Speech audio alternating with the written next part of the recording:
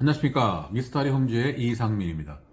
오늘은 청약홈에 공지 하나가 떴습니다. 그 공지 내용에 대해서 잠깐 알아보도록 하겠습니다. 한국부동산은 청약홈에 공지가 떴는데요. 1주택자 주택 처분 의무를 폐지한다는 내용의 공지가 떴습니다. 규제지역 및 수도권 광역시에서 공급하는 민영주택의 일반 공급 1순위 중 추첨의 방법으로 입주자를 선정하는 경우 1주택 소유자 중 기존 주택 처분 사역자를 미사역자보다 우선하여 공급하는 현행 방식과 관련해서 국토교통부에서는 2024년 업무보고 및 주택기금과 172호에 따라 기존 주택 처분 조건을 폐지하고 기존 주택 처분 사역 당첨자에 대해서도 소급하여 처분 의무를 해제할 예정입니다. 라는 공지가 떴습니다. 영상에도 말씀을 드렸지만 이 주택 가격을 하락시키고 있는 이 세력이 어떤 세력인가에 대해서 저번에도 말씀을 드렸습니다. 저희가 실무에 있다 보니까 고객을 이제 상담하다 보면 어떤 환경에 처해 있는 분들이 가격을 이렇게 내리는지를 저희는 상담을 하다 보면 알아요. 근데 일반적인 실무에 종사하지 않는 분들 같은 경우는 이런 내용을 알 수가 없잖아요. 도대체 누가 이렇게 가격을 막 하락시키는지를 잘 모른다고. 그걸 얘기하는 사람도 없어요.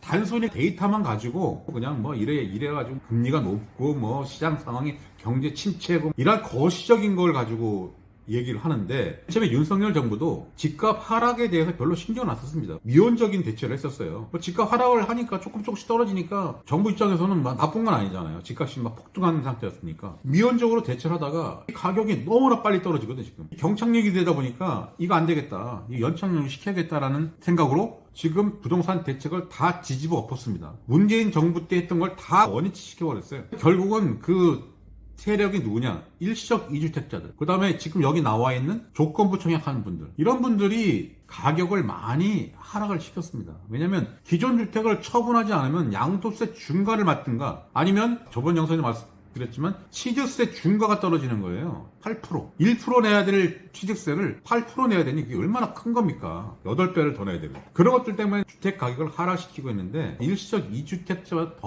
더 무서웠던 게 뭐냐면 조건부 청약이에요. 조건부 청약. 1주택자 주택 처분 의무. 이걸 처분을 하지 않으면 새로 내가 청약받은데 입주를 안 됩니다. 입주가 안 되고 등기도 안 돼요. 그럼 대출 받아가지고 뭐 잔금을 치르고 아니면 전세입자를 드려야 되는데 등기가 안 돼.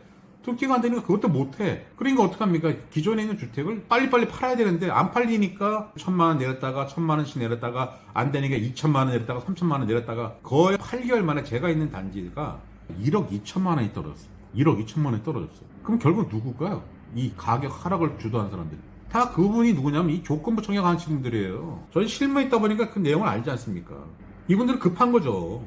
급한 거지. 그러니까 막 금매로 내놓고, 금매로 내놓는 것들은 몰래 팔아야 됩니다. 몰래 팔아야 되는데, 이 금매로 내놓으시는 분들이 마음이 급하다 보니까 중개업소에 그냥 이 가격에 내주세요 라고 해서 금매로 내놓으면 그게 금매일까요? 네이버에 내놓는 매물들은 금매가 아닙니다. 일반적인 매물이지. 저희가 금매라고만 돼 있지, 금매로 내놓게 되면 가격이 나오잖아요? 그러면 위에 있던 매물들이 밑으로 다 따라 내려옵니다. 따라 내려오기 때문에 그때부터는 금매가 아니라고 제가 저번 영상에도 말씀드렸잖아요. 금매로 내놓으실 때는 네이버에다 올리시면 안 되고 중개업소에 별다른 어떤 내용을 알려줘서 이건 네이버에 올리지 말고 부동산 그 중개업소에서 처리를 해달라. 그렇게 얘기를 하는 겁니다. 그렇게 얘기를 해야 나름대로 그 매물을 팔 수가 있지 네이버에 올리는 순간 그건 누더기가 돼서 그다음부터는 그건 금매가 아닙니다. 1주택자 주택 처분 의무를 언제 폐지를 하냐면 이제 공급규칙을 바꿔야 됩니다. 향후 공급규칙 개정 시 이제 기존 주택 처분 의무가 발생하지 않는다. 이게 2월 달에 한다고 예정이 되어 있잖아요. 그리고 기존에 또 받았던 분들도 소급 적용을 하겠다. 법은 원래 소급 적용하는 게 아니거든요. 근데 워낙 지금 난리가 나다 보니까 안 되겠다 싶어서 소급 적용을 하겠다 라는 얘기고요. 지금 시기가 이렇게 공고가 뜨게 되면 기존에 집을 갖고 있던 분들, 지금 입주를 못하고 있던 분들이 지금 기존에 있는 집을 굳이 빨리 팔아야 될 이유가 없어지는 거죠. 금매로 내놔야 될 이유가 없는 거예요. 그래서 제가 저번에도 말씀을 드렸지만 지금이 저점이 아닌가라는 생각이 듭니다. 더 이상 급하게 내놓을 이유가 없거든요. 이거 처분 안 해도 되니까. 내가 굳이 금매로 싸게 분양가 가까이까지 내려가 있는 상태인데 그렇게 팔아야 될 이유가 없다는 거죠. 저쪽에 입주하는데 문제 없으니까. 뭐 저쪽에 입주가 안 되면 저쪽에 뭐 전세 맞춰가지고 잔금 치르면 되니까 이제 급할 게 없다는 거예요. 그러면 가격은 횡보하게 되겠죠. 횡보하게 돼 있습니다. 주택을 구매하려고 계속 눈치를 보고 있는 그 매수 대기자들, 잠재적 매수 대기자들 같은 경우에는 지금이 어떤 결심을 해야 될 시점이 아닌가라는 생각이 듭니다. 오늘 이 시간에는 한국 부동산의 청약홈에 그 공지가 떠서